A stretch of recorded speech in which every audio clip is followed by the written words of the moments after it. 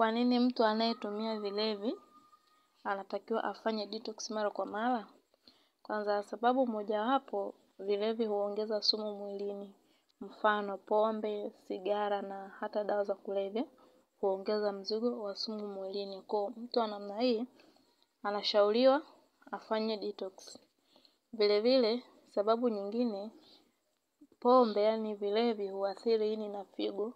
Kwa mtu ambaye anatumia vilevi anashauriwa afanye detoxification kwa sababu husaidia ini na figo kufanya kazi kwa ufasaha zaidi. Na vile vile detox hupunguza uwezekano wa mtu kupata saratani. Pia sababu nyingine ambayo mtu anayetumia vilevi anashauriwa afanye detox ni kusaidia kuimarisha kinga ya mwili, kwa maana mtu anayetumia vilevi mfano pombe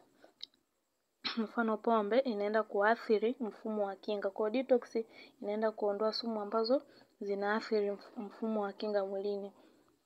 Vile vile sababu nyingine ni kuboresha afya ya ngozi. Detox husaidia kuboresha afya ya ngozi na kuwa safi na yenye afya na mng'ao. Pia vile vile husaidia kudhibiti uzito. Vilevi huongeza mafuta mwilini, kwa hiyo detox huenda kusaidia kuyachoma yale mafuta na kuyayeyusha.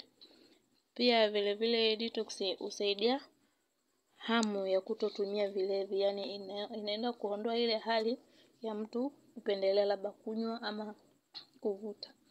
Na kwa hiyo njia nzuri ya kufanya detox ni pamoja na kunywa maji mengi, kwa sababu unapokunywa maji mengi inaenda kutoa sumu mwilini.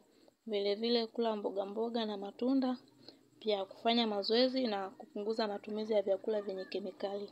Ukifanya hivyo itasaidia kuondoa sumu mwilini.